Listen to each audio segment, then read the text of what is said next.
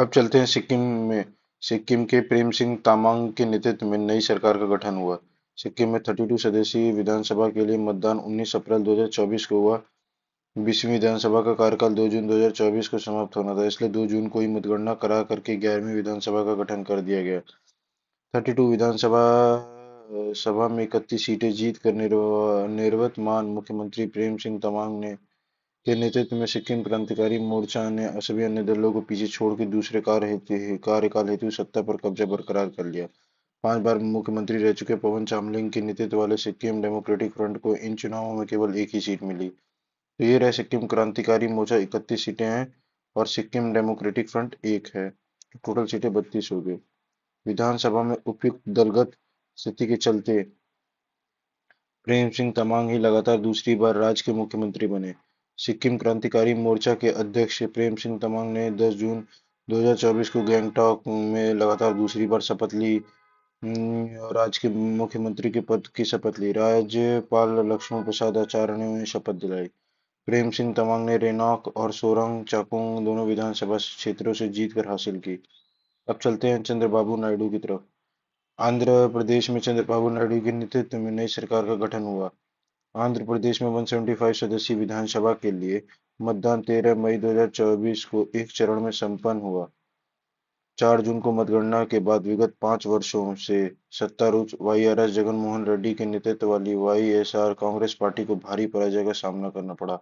135 सीटों के साथ चंद्रबाबू नायडू ने नेतृत्व वाली तेलुगु तेलुगु देशम पार्टी ने अकेले ही 2/3 बहुमत को इस चुनाव में प्राप्त किया है। इस इनके अन्य सहयोगी जनसेना पार्टी को भी 21 सीटें प्राप्त हुई हैं।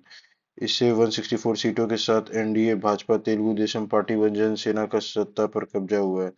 जगनमोहन रेड्डी की वाईएसआर कांग्रेस पार्टी इन चुनाव में मात्र 11 सीटें ही पाई गई हैं। तेलुगु समदेशी पार्टी 23 नहीं सॉरी इसको नहीं याद करना, 135 सीटें थी। जनसेना पार्टी ने 21 सीटें जीती हैं। भाजपा ने 8 जीती है और वाईएसआर और कांग्रेस ने 11 जीती है। विधानसभा में इस दलगत स्थिति के चलते चंद्रबाबू नायडू के नेतृत्व में नई एनडीए सरकार का गठन किया गया। 1995 और 2004 और 2014 से 19 के दौरान मुख्यमंत्री में रह चुके चंद्रबाबू नायडू तीसरी बार आंध्र प्रदेश के मुख्यमंत्री बने हैं। आंध्र प्रदेश में चंद्रबाबू नायडू के नेतृत्व में एनडीए की सरकार का गठन 12 जून 2024 को किया गया। राजपुत अब्दुल नजीर ने विजयवाड़ा में राज्य के 24वें मुख्यमंत्री के रूप में चंद्रबाबू नायडू को शपथ दिलाई। चंद्रबाबू की चौथी बार राज्य के मुख्यमंत्री का पदभार ग्रहण किया। इसके साथ ही आंध्र में सर्वाधिक बार मुख्यमंत्री बनने का रिकॉर्ड भी उनके नाम से दर्ज हो गया। चंद्रबाबू के साथ जनसेना के अध्यक्ष पवन कल्याण ने राज्य के उप मुख्यमंत्री की शपथ ली। मुख्यमंत्री के साथ 20 टीडीपी और 3 जनसेना और 1 भाजपा के विधायक के मंत्री पद की शपथ ग्रहण किया। अब चलते हैं उड़ीसा। उड़ीसा में मोहन चरण मांझी के नेतृत्व में पहली बार बीजेपी की सरकार का गठन हुआ। उड़ीसा में 147 सदस्यीय विधानसभा के लिए मतदान 4 चरणों में 13, 20 और 25 मई तथा 1 जून 2024 को कराया था। इस जनता में भारतीय जनता पार्टी ने बीजू जनता दल सरकार के 24 वर्ष के शासनकाल को खत्म कर दिया और अकेले अपने ही दम पर सरकार के गठन हेतु स्पष्ट बहुमत की है। पिछले 2019 में चुनाव में 11 सीटें लगातार 5वीं बार सत्ता में आए बीजू जनता बीजेडी की सीटें सिमटकर 51 ही इस बार रह गई। 2024 के चुनाव में 78 सीटें जीतने वाली भाजपा के लिए पहली बार इस राज्य में सरकार के गठन के हेतु मार्ग प्रशस्त हुआ। कांग्रेस, जिसकी 9 सीटें पिछले 2019 के चुनाव में थी, उसको 14 सीटों पर इस बार विजयी पर प्राप्त हुआ है। कांग्रेस ने 145 सीटों पर उम्मीदवार इस बार खड़े किए थे। मार्च 2000 से मई 2024 तक 24 वर्षों तक मुख्यमंत्री रहे नवीन पटनायक स्वयं कांताबादी सीट से चुनाव में पराजित हुए। 78 वर्षीय नवीन पटनायक ने 2 सीटों से चुनाव लड़ा था। वह हिंजिल सीट से विधानसभा के लिए निर्वाचित हुए हैं। उड़ीसा में लोकसभा में 21 सीटों में से 20 सीटें भाजपा के खाते में गई है, जबकि 1 सीटें कांग्रेस को मिली है। तो उसका दलगत स्थिति 2024 का देख लेते हैं। भारतीय जनता पार्टी 70, बीजेपी 50, बीजू जनता दल कांग्रेस 14 और योग टोटल 147 बन रहा है। अब आगे बढ़ते हैं। 12 जून 2024 को पहली बार मोहन चरण मांझी के नेतृत्व में पहली बार भाजपा की सरकार का गठन हुआ। राज्यपाल रघुवर दास ने मोहन चरण मांझी को राज्य के मुख्यमंत्री की शपथ दिलाई और मोहन मांझी के साथ 2 उप मुख्यमंत्री और 13 मंत्रियों ने शपथ ग्रहण की। पटनागढ़ के विधायक केवी सिंहदेव और नीमा पार विधानसभा क्षेत्र में पहली बार विधायक बनी प्रभाती परिदा ने मुख्यमंत्री पद की शपथ ली। 4 बने विधायक मोहन चरण राज्य के 15वें मुख्यमंत्री बने हैं। मांझी व राजनीतिक सफर सरपंच से शुरू होकर मुख्यमंत्री पद तक पहुंचा है। सरपंच से सीएम तक पहुंचने वाले उनके 27 साल का राजनीतिक जीवन रहा। इस दौरान वो 1997 से 2000 तक मांझी अपने गांव में सरपंच रहे। 2000 से 2004 तक वो गिरिडीह जनपद में क्योंझर से विधानसभा चुनाव जीता। इसके बाद 19 में फिर से क्योंझर से प्रतिनिधित्व किया और 24 में जीतकर मुख्यमंत्री तक कुर्सी तक पहुंचे।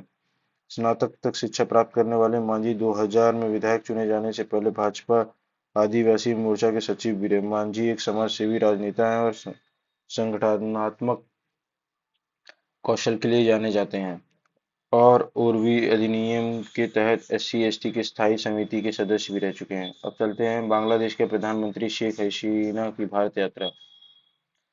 बांग्लादेश को प्रधानमंत्री शेख हसीना एक उच्च स्तरीय प्रतिनिधिमंडल के साथ अपने 2 दिवसीय यात्रा 21-22 जून को 2024 पर भारत में आए और इस यात्रा से पहले 9 जून 2024 को भी प्रधानमंत्री के साथ शपथ ग्रहण समारोह में वो शामिल हुई थी। 22 जून 2024 को प्रधानमंत्री मोदी और शेख हसीना के बीच में नई दिल्ली के हैदराबाद हाउस में द्विपक्षीय वार्ता संपन्न हुई। वार्ता में भारत और बांग्लादेश ने तीस्ता नदी जल के संरक्षण और प्रबंधन के लिए मेगा परियोजना सहित 10 समझौतों पर हस्ताक्षर किए। प्रधानमंत्री नरेंद्र मोदी और उनकी बांग्लादेशी समकक्ष शेख हसीना के बीच में वार्ता के दौरान इन समझौतों को अंतिम रूप दिया गया।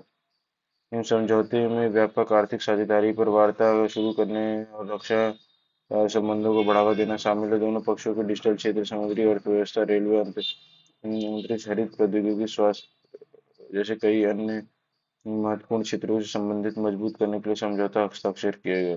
भारत और बांग्लादेश के राजशाही और कोलकाता के बीच में नई ट्रेन सेवा, चटगांव तथा कोलकाता के बीच में नई बस सेवा शुरू करने की घोषणा की। प्रधानमंत्री नरेंद्र मोदी ने कहा कि बांग्लादेश से इलाज के लिए आने वाले लोगों के लिए भारत में ई मेडिकल वीजा सुविधा शुरू करेगा।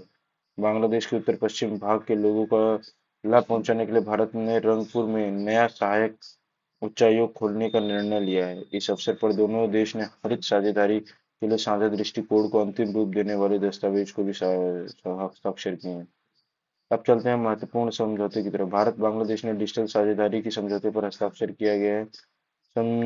समुद्री सहयोग और नीली अर्थव्यवस्था के अवसरों को खोज रही है। समझौते में स्वास्थ्य और चिकित्सा पर भी काम की मतलब फोकस किया है।